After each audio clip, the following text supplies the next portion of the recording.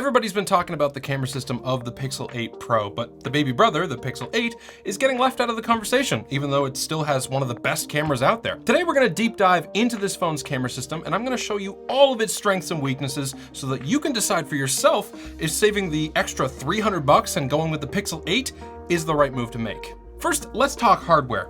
The Pixel 8 has 3 cameras in total. On the back of the phone, there's a 50 megapixel f1.7 wide-angle lens with optical image stabilization.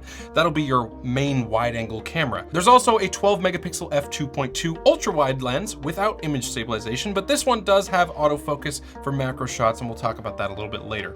The front-facing camera this year is a little bit odd. It's a 10.5 megapixel sensor with an f2.2 aperture, and they've widened the FOV to almost ultra-wide levels, which is really neat. Now let's get into some photos, starting with that 50 megapixel main sensor. The first thing I always notice when I start taking pictures with a Pixel is how well it nails the colors. At first glance, it might seem like it just oversaturated the red of my car, but that's actually exactly how it looks in real life. You'll see what I mean when we switch to this shot of Cabot Tower and compare it to the shot that was taken on my iPhone 15. The difference is obvious. The iPhone shifts way too blue, whereas the Pixel looks a lot more realistic. In low light, the main sensor does extremely well. This was a very, very dark room, and the Pixel could actually capture the detail up in those metal rafters that I couldn't really see with my own eyes.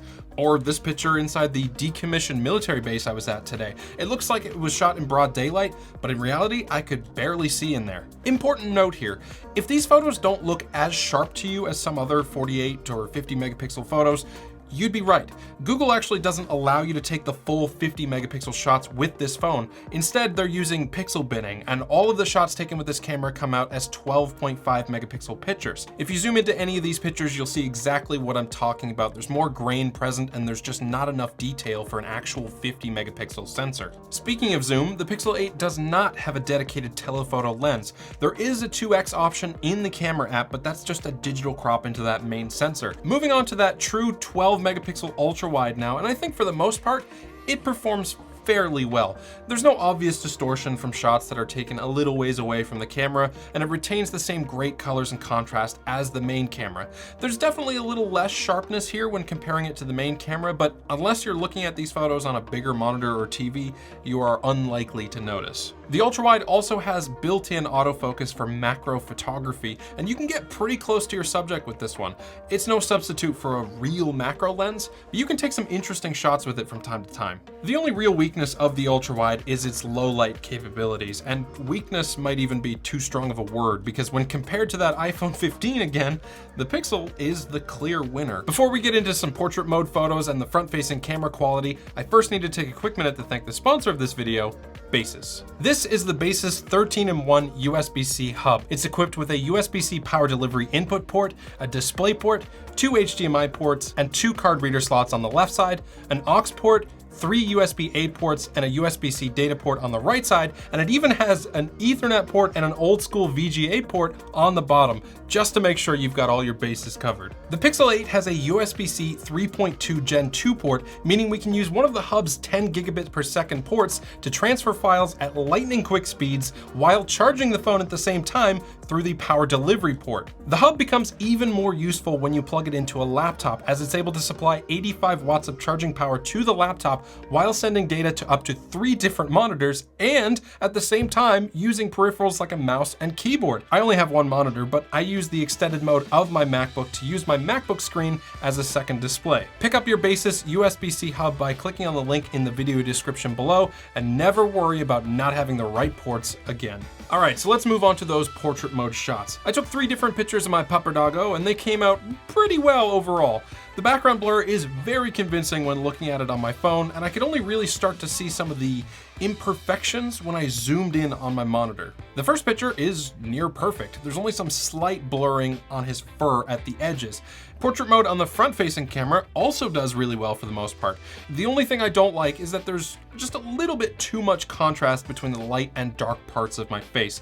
It's also just a touch over-sharpened in my opinion, but I do get why they're doing that considering it's only a 10.5 megapixel camera. The rest of the photos from this front-facing camera were pretty consistent, and I like them a lot. The only time when there was just a little bit of a hiccup was when shooting directly into the sun, but I mean, that happens with every camera. There is quite literally no better place to test the video capabilities of the Pixel 8 than where I am right now. This is Cobbler's Path, and it is absolutely stunning. It's a hiking trail here in Newfoundland, and we are right on the coast. That's the ocean.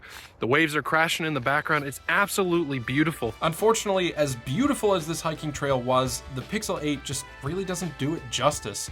Everything that's true of the Pixel's legendary photography capabilities simply just does not hold up when it comes to video. Colors are washed out, the exposure shifts around wildly, and perhaps worst of all, it just lacks the detail that I would come to expect of 4K video footage. I'm starting to get a really good idea of why they call it Cobbler's Path. I think you'll need a new pair of shoes every time you come up here. We're only going to go about 1.5 kilometers to 2 kilometers in, where there is a World War II era radar station that was decommissioned, I believe, in the 60s. Ah, there we are. That right there behind us is one very small portion of the Red Cliff radar base that was decommissioned back in the 60s. I think it was built in the 50s. We really have to be careful where we walk in here, though. There's rebar absolutely everywhere. So if I'm not paying attention of where I'm walking, I could get one of these things in the face, and that would not be pleasant. This, I believe, the room we're currently standing in, it was the central radar tower base. Like, this is the foundation for the actual tower itself, if I'm not mistaken. I am not fond of places like this, if I'm being perfectly honest. As cool as this place was to see in person, it was a little disappointing to watch back on video. Yes, Google did a great job with the stabilization, but the detail just wasn't there and the colors didn't pop on camera like they did with the naked eye. With all that said, I mean, the Pixel 8 still has a decent camera system overall. It's fantastic if you're into photography, but if video is your thing, you might want to look into something like the iPhone 15. I've actually got a full video comparing these two phones if you're interested. The link is going to be up here for you. Hope that was helpful, and if it was, hit that subscribe button. It really helps me out. Thanks for watching, and as always, have a great day.